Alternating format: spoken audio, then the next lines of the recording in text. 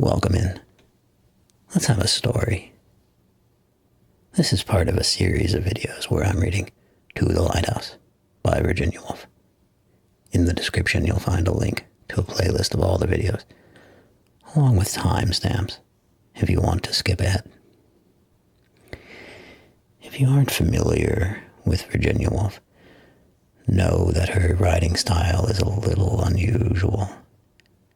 She doesn't use traditional narration or dialogue, but instead puts you inside the minds of the characters and lets you listen in on their stream of consciousness.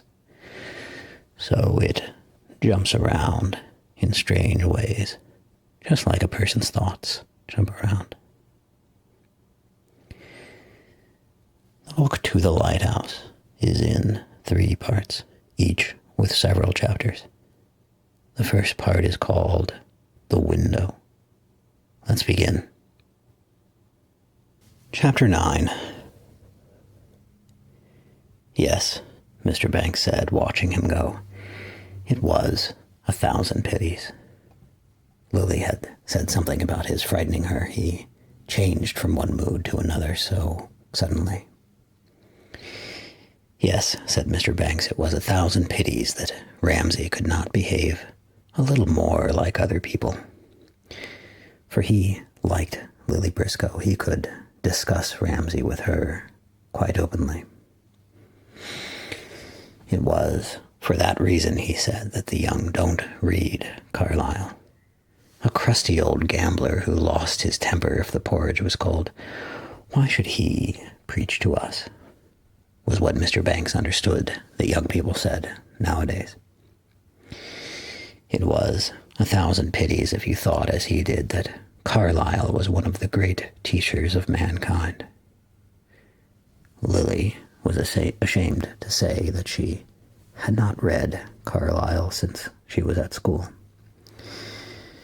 But in her opinion, one liked Mr. Ramsay all the better for thinking that if his little finger ached, the whole world must come to an end.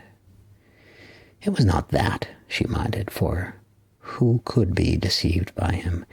He asked you quite openly to flatter him, to admire him. His little dodges deceived nobody. What she disliked was his narrowness, his blindness, she said, looking after him. A bit of a hypocrite, Mr. Banks suggested, looking too at Mr. Ramsay's back, for was he not thinking of his friendship and of Cam refusing to give him a flower and of all those boys and girls and his own house full of comfort, but since his wife's death, quiet rather. Of course he had his work. All the same, he rather wished Lily to agree that Ramsay was, as he said, a bit of a hypocrite. Lily Briscoe went on, putting away her brushes, looking up, looking down. Looking up, there he was, Mr. Ramsay advancing towards them, swinging, careless, oblivious, remote. A bit of a hypocrite, she repeated. Oh no. The most sincere of men, the truest. Here he was, the best, but looking down, she thought, he is absorbed in himself. He is tyrannical, he is unjust, and kept looking down purposely, for only so could she keep steady, staying with the Ramsays. Directly one looked up and saw them, what she called being in love, flooded them. They became part of that unreal but penetrating and exciting universe which is the world, seen through the eyes of love. The sky stuck to them, the birds sang through them. And what was even more exciting, she felt too, as she saw Mr. Ramsay bearing down and retreating, and Mrs. Ramsay sitting with James in the window, and the cloud moving and the tree bending, how life, from being made up of little separate incidents which one lived one by one, became curled and whole like a wave which bore one up and threw one down with it, there with a dash on the beach. Mr. Banks expected her to answer, and she was about to say something criticizing Mrs. Ramsay, how she was alarming too in her way, high-handed, or words to that effect, when Mr. Banks made it entirely unnecessary for her to speak by his rapture.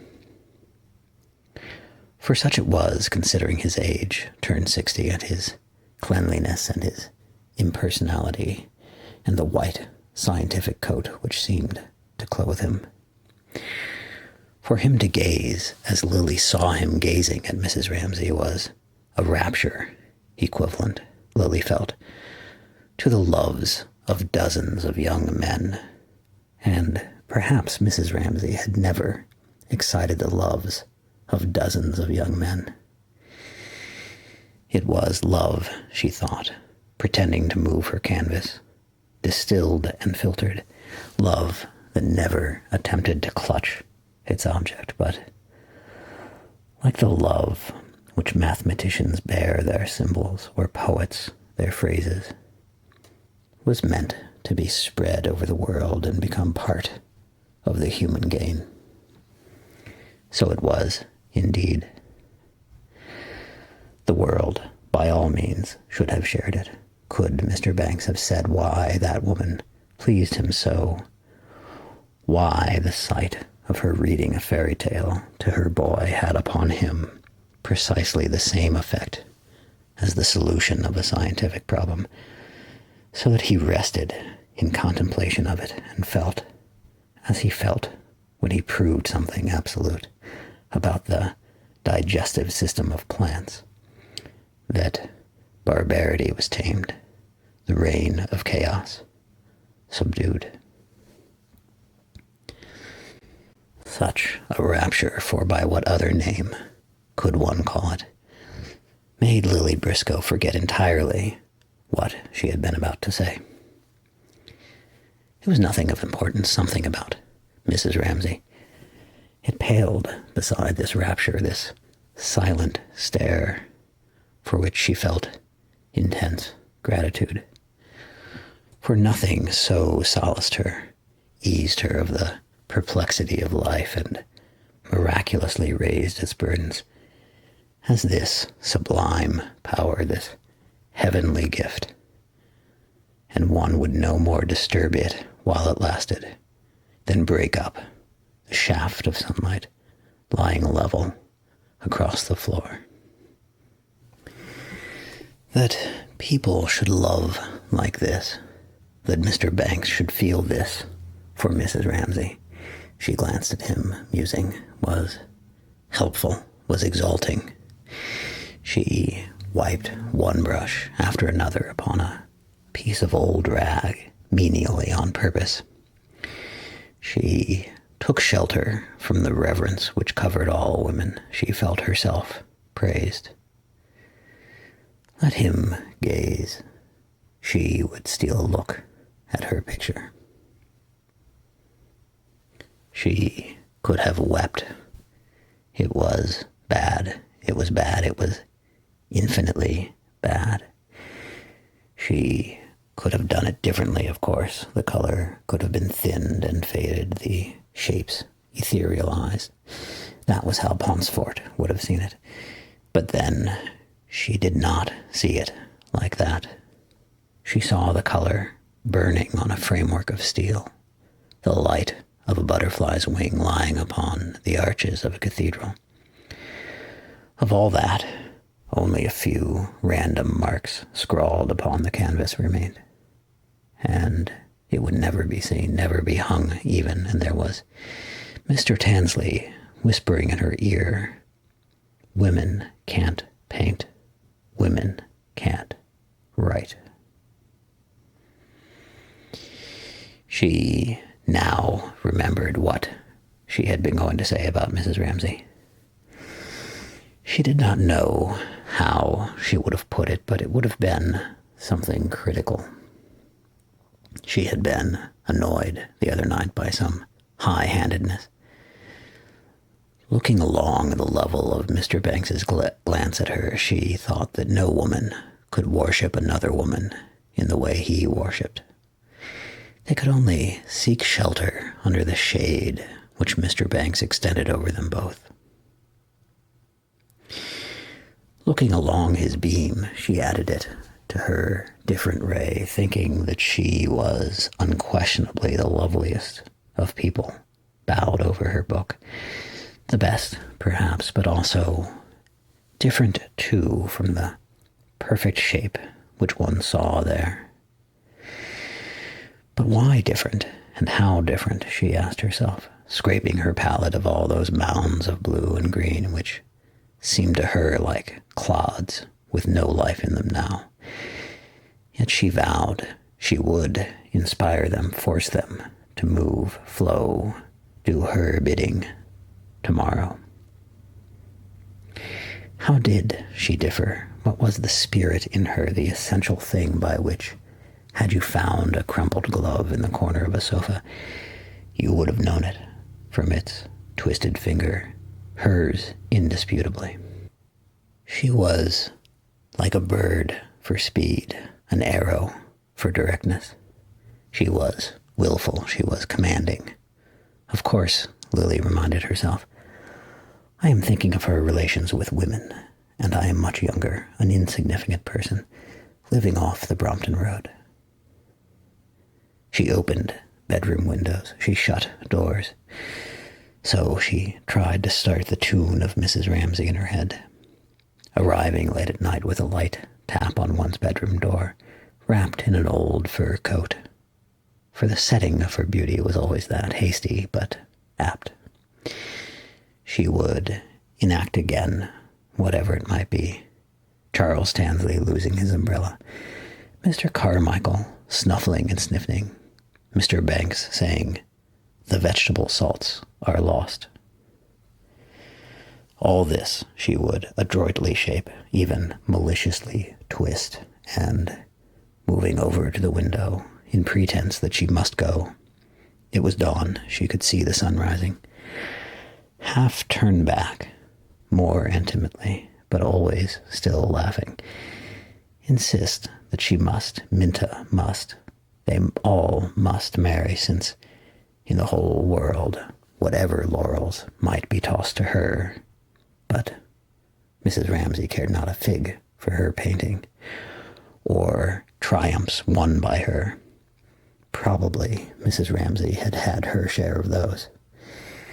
And here she saddened, darkened, and came back to her chair. There could be no disputing this. An unmarried woman, she lightly took her hand for a moment. An unmarried woman has missed the best of life. The house seemed full of children sleeping and Mrs. Ramsay listening. Shaded lights and regular breathing. Oh, but, Lily would say, there was her father, her home, even had she dared to say it, her painting. But all this seemed so little, so virginal against the other. Yet, as the night wore on and the white lights parted the curtains, and even now and then some bird chirped in the garden, gathering a desperate courage, she would urge her own exemption from the universal law, plead for it. She liked to be alone. She liked to be herself. She was not made for that. And so to have to meet a serious stare from the eyes of unparalleled depth and confront Mrs. Ramsay's simple certainty, and she was childlike now, that her dear Lily, her little brisk, was a fool. Then she remembered she had laid her head on Mrs. Ramsay's lap and laughed and laughed and laughed, laughed almost hysterically at the thought of Mrs. Ramsay presiding with immutable calm over destinies which she completely failed to understand. There she sat, simple, serious. She had recovered her sense of her now. This was the glove's twisted finger. But into what sanctuary had one penetrated? Lily Briscoe had looked up at last, and there was Mrs. Ramsay, unwitting entirely what had caused her laughter, still presiding, but now with every trace of wistfulness abolished, and in its stead something clear as the space which the clouds at last uncover, the little space of sky which sleeps beside the moon. Was it wisdom? Was it knowledge? Was it once more the deceptiveness of beauty, so that all one's perceptions halfway to truth were tangled in a golden mesh? Or did she lock up within her some secret which certainly Lily Briscoe believed people must have for the world to go on at all? Every one could not be as helter-skelter, hand to mouth as she was, but if they knew, could they tell one what they knew? Sitting on the floor with her arms round Mrs. Ramsay's knees, close as she could get, smiling to think that Mrs. Ramsay would never know the reason of that pressure, she imagined how in the chambers of the mind and the heart of the woman who was physically touching her were stood like the treasures in the tombs of kings, tablets bearing sacred inscriptions, which if one could spell them out would teach one everything, but they would never be offered openly, never made public. What art was there known to love or cunning by which one pressed through into those secret chambers? What device for becoming like waters poured into one jar, inextricably the same, one with the object one adored? Could the body achieve, or the mind, subtly mingling in the intricate passages of the brain, or the heart, could loving, as people called it, make her and Mrs. Ramsay one? For it was not knowledge, but unity that she desired. Not inscriptions on tablets, nothing that could be written in any language known to men, but intimacy itself, which is knowledge, she had thought, leaning her head on Mrs. Ramsay's knee. Nothing happened. Nothing as she leant her head against Mrs. Ramsay's knee. And yet she knew knowledge and wisdom were stored up in Mrs. Ramsay's heart. How then, she had asked herself, did one know one thing or another thing about people, sealed as they were? Only like a bee drawn by some sweetness or sharpness in the air, intangible to touch or taste. One haunted the dome-shaped hive, ranged the wastes of the air over the countries of the world alone, and then haunted the hives with their murmurs and their stirrings, the hives which were people. Mrs. Ramsay rose. Lily rose. Mrs. Ramsay went. For days there hung about her as after a dream. Some subtle change is felt in the person one has dreamt of. More vividly than anything, she said, the sound of murmuring, and as she sat in the wicker armchair in the drawing-room window, she wore, to Lily's eyes, an august shape, the shape of a dome. This ray passed level with Mr. Banks's ray, straight to Mrs. Ramsay, sitting reading there with James at her knee. But now, while she still looked, Mr. Banks had done. He had put on his spectacles. He had stepped back. He had raised his hand. He had slightly narrowed his clear blue eyes when Lily, rousing herself, saw what it was he was at, and winced like a dog who sees a hand raised to strike it.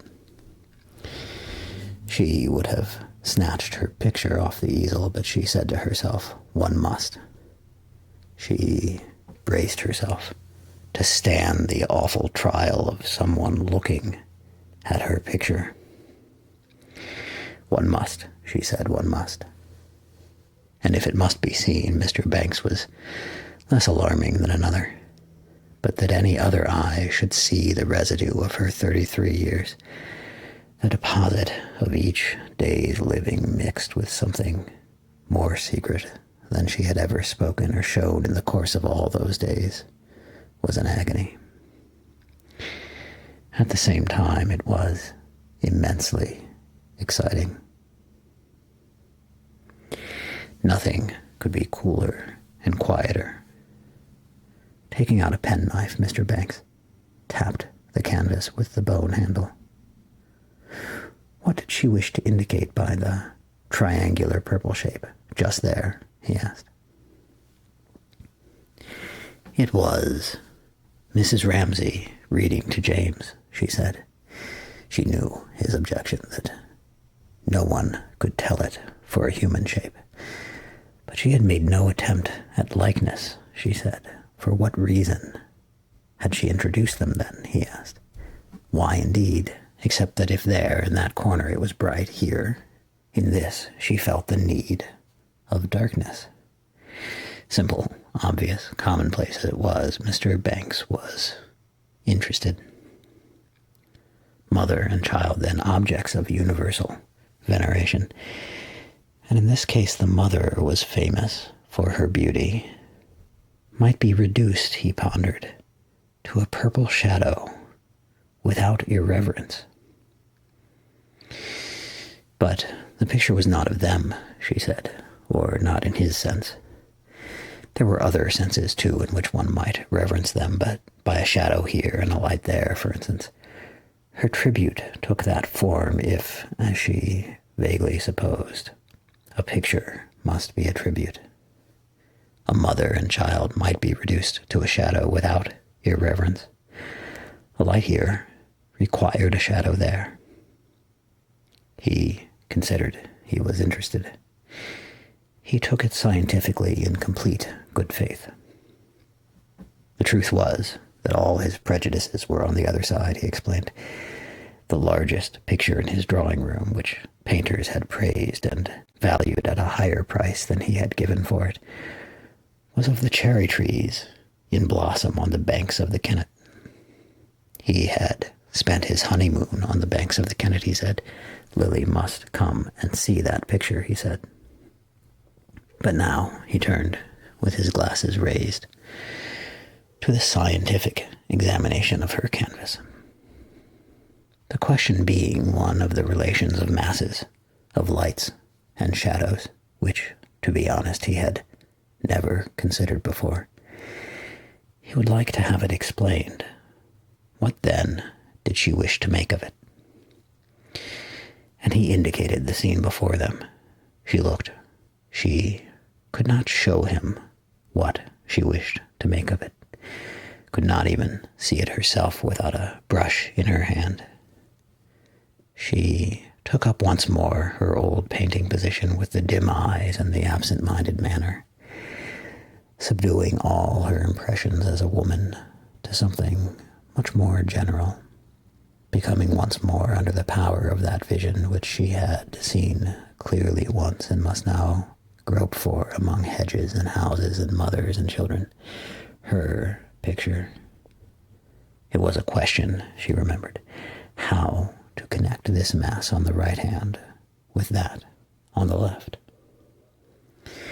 She might do it by bringing the line of the branch across just so, or break the vacancy in the foreground by an object, James, perhaps, so. But the danger was that by doing that, the unity of the whole might be broken. She stopped. She did not want to bore him. She took the canvas lightly off the easel, but it had been seen, it had been taken from her. This man had shared with her something profoundly intimate, and thanking Mr. Ramsay for it and Mrs. Ramsay for it, and the hour and the place, crediting the world with a power which she had not suspected, that one could walk away down that long gallery, not alone anymore, but arm in arm with somebody. The strangest feeling in the world, and the most exhilarating. She nicked the catch of her paint box, too, more firmly than was necessary, and the nick seemed to surround in a circle forever. The paint box, the lawn, Mr. Banks, and that wild villain Cam dashing past.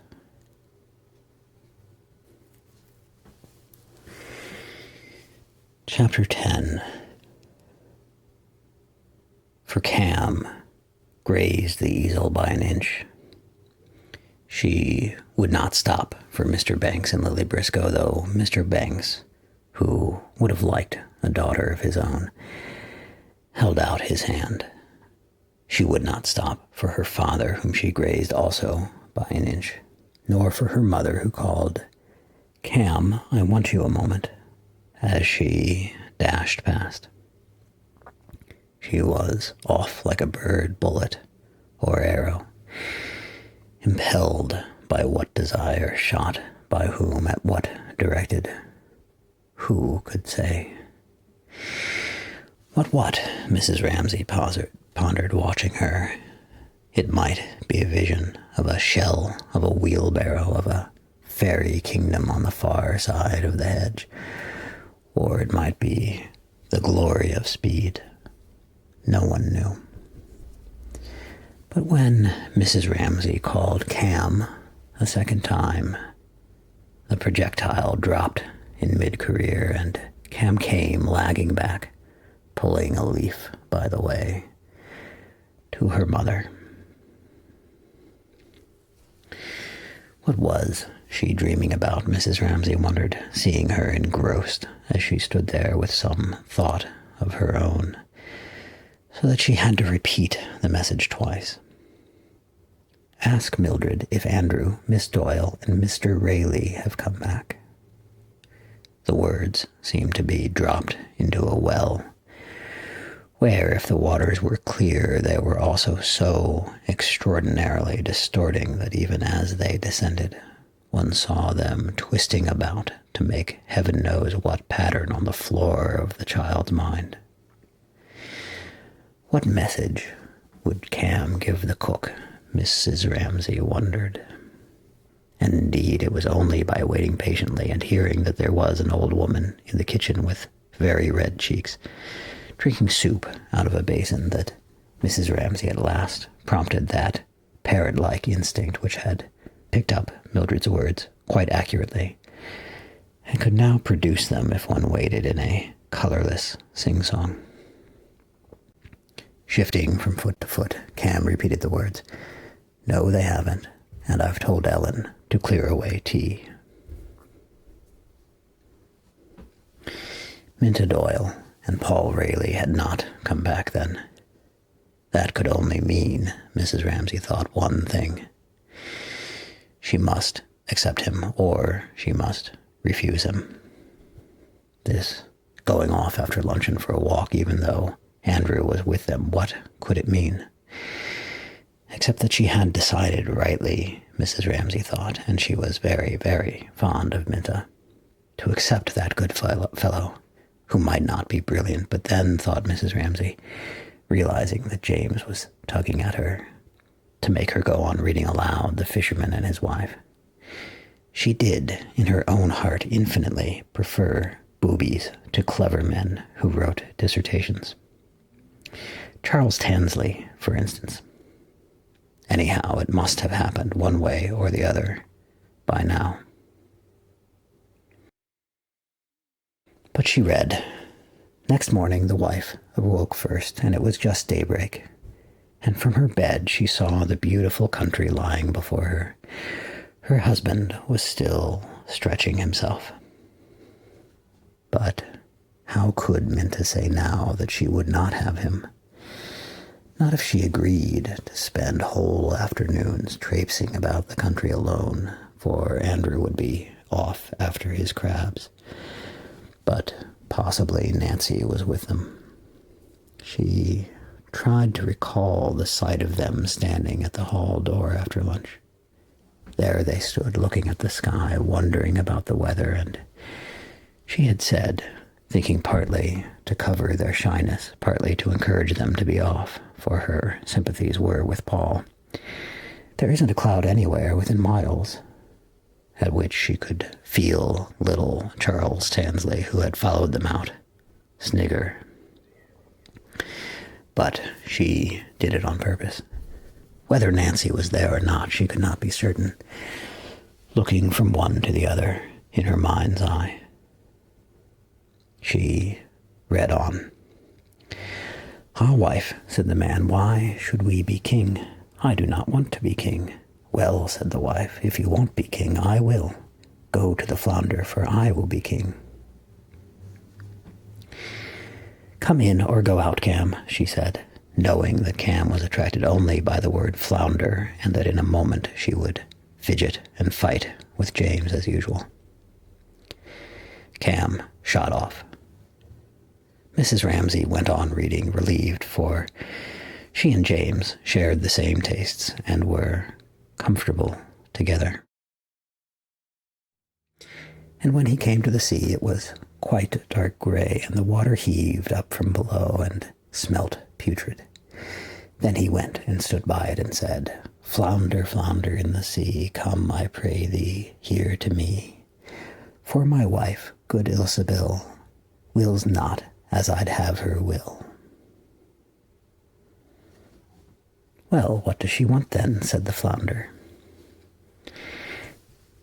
And where were they now? Mrs. Ramsay wondered, reading and thinking quite easily, both at the same time, for the story of the fisherman and his wife was like the bass gently accompanying a tune which now and then ran up unexpectedly into the melody.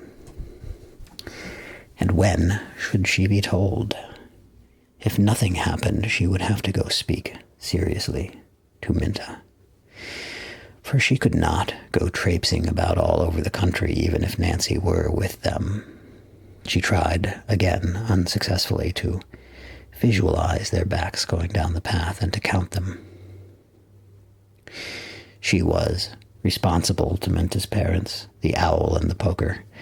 Her nicknames for them shot into her mind as she read the owl and the poker.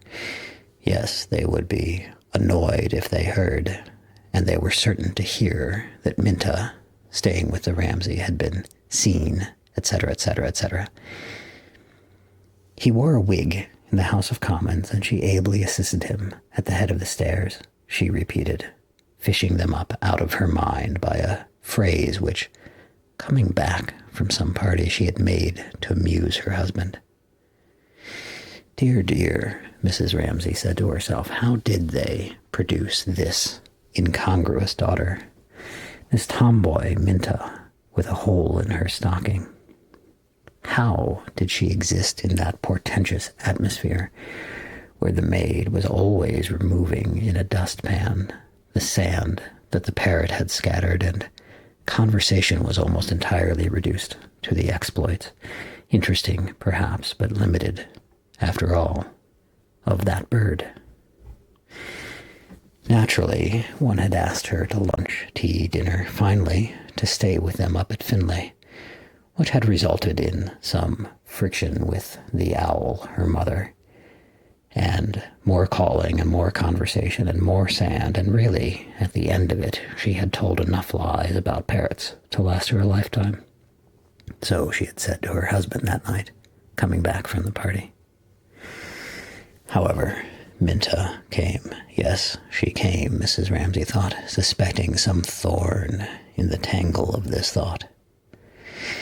And, disengaging it, found it to be this. A woman had once accused her of robbing her of her daughter's affections. Something Miss Doyle had said made her remember that charge again. Wishing to dominate, wishing to interfere, making people do what she wished.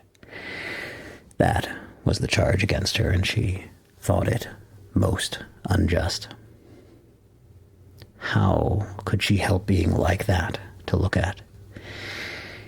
No one could accuse her of taking pains to impress. She was often ashamed of her own shabbiness. Nor was she domineering, nor was she tyrannical. It was more true about hospitals and drains in the dairy. About things like that she did feel passionately, and would, if she had the chance, have liked to take people by the scruff of their necks and make them see.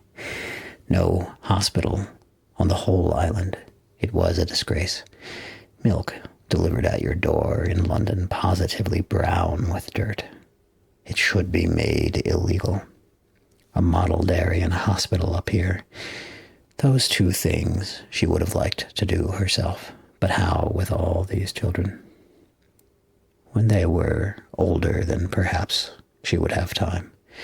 When they were all at school. Oh, but she never wanted James to grow a day older. Or Cam, either. These two she would have liked to keep forever, just as they were. Demons of wickedness. Angels of delight. Never to see them grow up into long-legged monsters. Nothing made up for the loss. When she read just now to James, and there were numbers of soldiers with kettle drums and trumpets, and his eyes darkened, she thought, why should they grow up and lose all that? He was the most gifted, the most sensitive of her children. But all, she thought, were full of promise. She took one's breath away with her beauty. Prue, a perfect angel with the others, and sometimes now at night especially, she took one's breath away with her beauty. Andrew, even her husband, admitted that his gift for mathematics was extraordinary. And Nancy and Roger, they were both wild creatures now, scampering about over the country all day long. As for Rose, her mouth was too big, but she had a wonderful gift with her hands. If they had charades, Rose made the dresses, made everything, liked best arranging tables, flowers, anything. She did not like it that Jasper should shoot birds, but it was only a stage. They all went through stages. Why, she asked, pressing her chin on James's head, should they grow up so fast? Why should they go to school? She would have liked always to have had a baby. She was happiest carrying one in her arms. Then people might say she was tyrannical, domineering, masterful if they chose. She did not mind. And touching his hair with her lips, she thought, he will never be so happy again. But stopped herself, remembering how it angered her husband that she should say that. Still, it was true. They were happier now than they would ever be again. A 10-penny tea set made Cam happy for days. She heard them stamping and crowing on the floor above her head the moment they awoke. They came bustling along the passage. Then the door sprang open, and in they came, fresh as roses, staring wide awake, as if this coming into the dining room after breakfast, which they did every day of their lives, was a positive event to them, and so on with one thing after another all day long until she went up to say good night to them and found them netted in their cots like birds among cherries and raspberries, still making up stories about some little bit of rubbish, something they had heard, something they had picked up in the garden. They all had their little treasures, and so she went down and said to her husband, "Why must they grow up and lose it all? Never will they be so happy again." And he was angry. "Why take such a gloomy view of life?" he said. "It is not sensible." For it was odd, and she believed it to be true, that with all his gloom and desperation, he was happier, more hopeful on the whole than she was. Less exposed to human worries, perhaps that was it. He always had his work to fall back on. Not that she herself was pessimistic, as he accused her of being.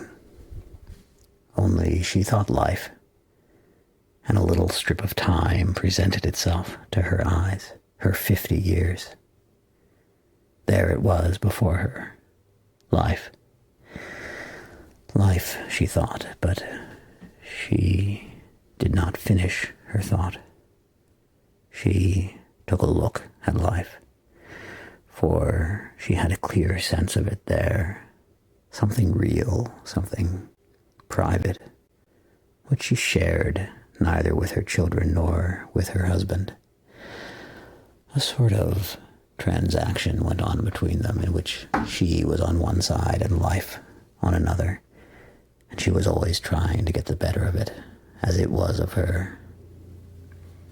And sometimes they parleyed when she sat alone. There were, she remembered, great reconciliation scenes.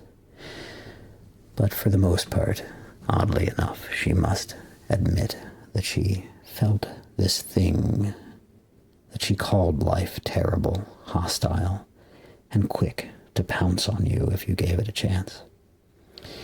There were eternal problems, suffering, death, the poor.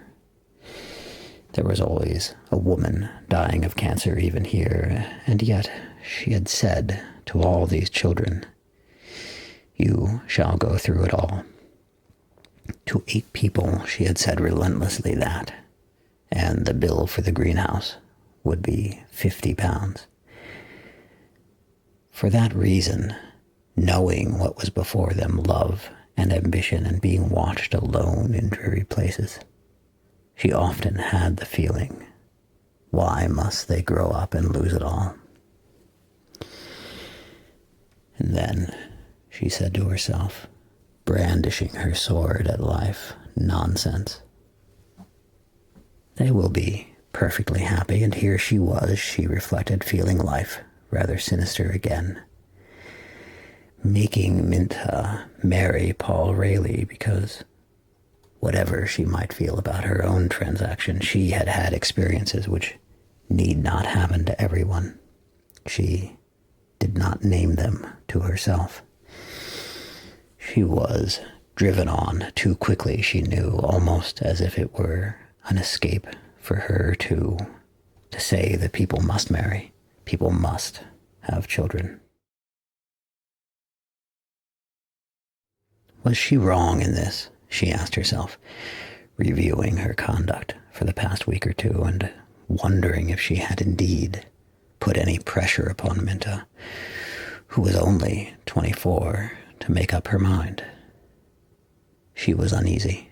Had she not laughed about it? Was she not forgetting again how strongly she influenced people? Marriage needed, all sorts of qualities. The bill for the greenhouse would be £50. One, she need not name it, that was essential. The thing she had with her husband, had they that? Then he put on his trousers and ran away like a madman, she read. But outside, a great storm was raging and blowing so hard that he could scarcely keep his feet. Horses and trees toppled over, the mountains trembled, rocks rolled into the sea, The sky was pitch black, and it thundered and lightened. And the sea came in with black waves as high as church towers and mountains, and all with white foam at the top. She turned the page. There were only a few lines more so that she would finish the story, though it was past bedtime. It was getting late. The light in the garden told her that, and the whitening of the flowers and something gray in the leaves conspired together to rouse in her a feeling of anxiety. What was it about? She could not think at first. Then she remembered. Paul and Minta and Andrew had not come back. She summoned before her again the little group on the terrace in front of the hall door, standing looking up into the sky. Andrew had his net and basket. That meant he was going to catch crabs and things. That meant he would climb out onto a rock. He would be cut off, or coming back, single file on one of those little paths above the cliff. One of them might slip. He would roll and then crash. It was growing quite dark. But she did not let her voice change in the least as she finished the story and added, shutting the book and speaking the last words as if she had made them up herself, looking into James's eyes. And there they are, living still at this very time. And that's the end, she said. And she saw in his eyes, as the interest of the story died away in them, something else take its place, something wondering, pale, like the reflection of a light, which at once made him gaze and marvel. Turning, she looked across the bay, and there, sure enough, coming regularly across the waves, first 2 quick strokes and then 1 long, steady stroke, was the light of the lighthouse. It had been lit. In a moment, he would ask her, "Are we going to the lighthouse?" And she would have to say, "No, not tomorrow. Your father says not." Happily, Mildred came in to fetch them, and the bustle distracted them.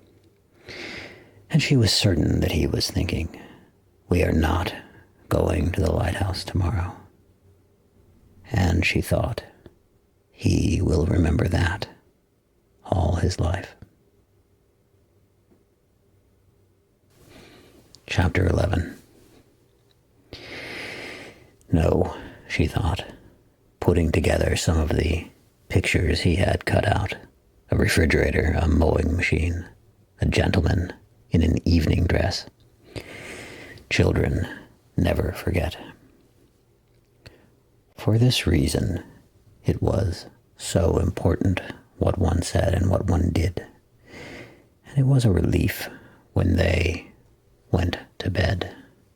For now, she need not think about anybody. She could be herself by herself.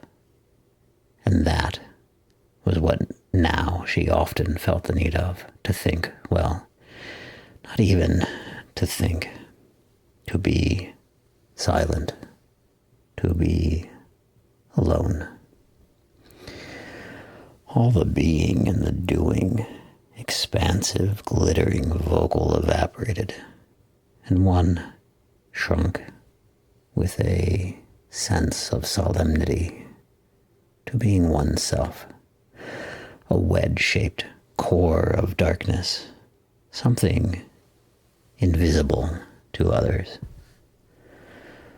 Although she continued to knit and sat upright, it was thus that she felt herself, and this self, having shed its attachments, was free for the strangest adventures. When life sank down for a moment. The range of experience seemed limitless. And to everybody there was always this sense of unlimited resources, she supposed, one after another. She, Lily, Augustus Carmichael must feel our apparitions. The things you know us by are simply childish. Beneath it is all dark. It is all spreading. It is unfathomably deep. But now and again we rise to the surface, and this is what you see us by. Her horizon seemed to her limitless. There were all the places she had not seen, the Indian plains. She felt herself pushing aside the thick leather curtain of a church in Rome.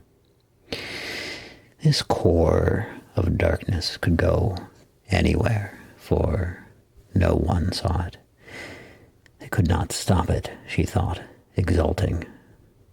There was freedom, there was peace, there was, most welcome of all, a summoning together, of resting on a platform of stability. Not as oneself did one find rest ever in her experience. She accomplished here something dexterous with her needles, but as a wedge of darkness. Losing personality, one lost the fret, the hurry, the stir, and there rose to her lips always some exclamation of triumph over life when things came together in this peace, this rest, this eternity, and pausing there, she looked out to meet that stroke of the lighthouse, the long, steady stroke, the last of the three, which was her stroke. For watching them in this mood, always at this hour, one could not help attaching oneself to one thing especially of the things one saw. And this thing, the long, steady stroke, was her stroke. Often she found herself sitting and looking with her work in her hands until she became the thing she looked at. That light, for example. And it would lift up on it some little phrase or other which had been lying in her mind like that. Children don't forget, which she would repeat and begin adding to it. It will end, she said. It will come when suddenly, she added, we are in the hands of the Lord. But instantly she was annoyed with herself for saying that. Who had said it? Not she. She had been trapped into saying something she did not mean. She looked up over her knitting and met the third stroke, and it seemed to her like her own eyes meeting her own eyes, searching as she alone could search into her mind and her heart, purifying out of existence that lie, any lie. She praised herself in praising the light without vanity, for she was stern, she was searching, she was beautiful, like that light. It was odd, she thought, how if one was alone, one leant to inanimate things, trees, streams, flowers. Felt they expressed one, felt they became one, felt they knew one in a sense, were one, felt an irrational tenderness thus. She looked at that long, steady light. As for oneself, There rose, and she looked and looked with her needles suspended. There, curled up off the floor of the mind, rose from the lake of one's being, a mist, a bride, to meet her lover. What brought her to say that? We are in the hands of the Lord, she wondered. The insincerity slipping in among the truths roused her, annoyed her. She returned to her knitting again. How could any Lord have made this world, she asked. With her mind, she had always seized the fact that there is no reason, order, justice, but suffering, death, the poor. There was no treachery too base for the world to commit, she knew that. No happiness lasted, she knew that. She knitted with firm composure, slightly pursing her lips, and without being aware of it, so stiffened and composed the lines of her face in a habit of sternness that when her husband passed, though he was chuckling at the thought that Hume, the philosopher grown enormously fat, had stuck in a bog, he could not help noting as he passed the sternness at the heart of her beauty. It saddened him, and her remoteness pained him, and he felt as he passed that he could not protect her, and when he reached the hedge, he was sad. He could do nothing to help her. He must stand by and watch her. Indeed, the infernal truth was he made things worse for her. He was irritable, he was touchy. He had lost his temper over the lighthouse. He looked into the hedge, into its intricacy, its darkness. Always, Mrs. Ramsay felt, one helped oneself out of solitude reluctantly by laying hold of some little odd or end, some sound, some sight. She listened, but it was all very still. Cricket was over. The children were in their baths. There was only the sound of the sea. She stopped knitting. She held the long, reddish-brown stocking dangling in her hands a moment. She saw the light again. With some irony in her interrogation, for when one woke at all, one's relations changed, she looked at the steady light, the pitiless, the remorseless, which was so much her, yet so little her, which had her at its beck and call. She woke in the night and saw it bent across their bed, stroking the floor. But for all that she thought, watching it, with fascination hypnotized, as if it were stroking with its silver fingers some sealed vessel in her brain whose bursting would flood her with delight. She had known happiness, exquisite happiness, intense happiness, and it silvered the rough waves a little more brightly as daylight faded, and the blue went out of the sea, and it rolled in waves of pure lemon which curved and swelled and broke upon the beach.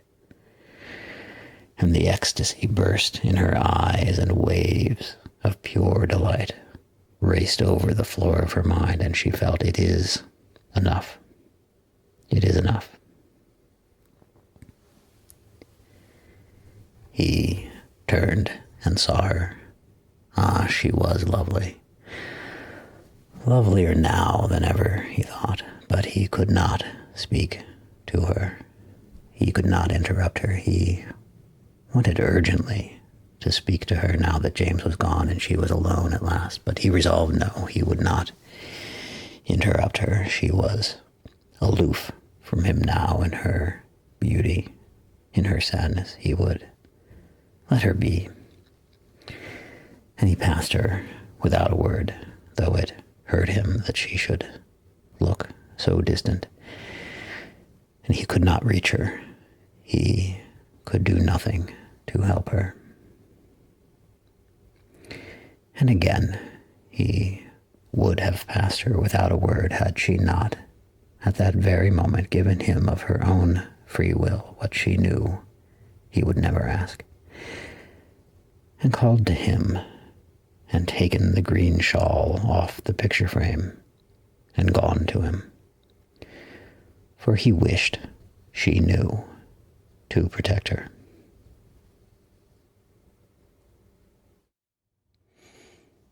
I hope you enjoyed that installment of To the Lighthouse by Virginia Woolf. There's a link to the full playlist of this book in the description of the video. If you'd like more of this, don't forget to subscribe to the channel and give the video a thumbs up. Until next time, goodbye.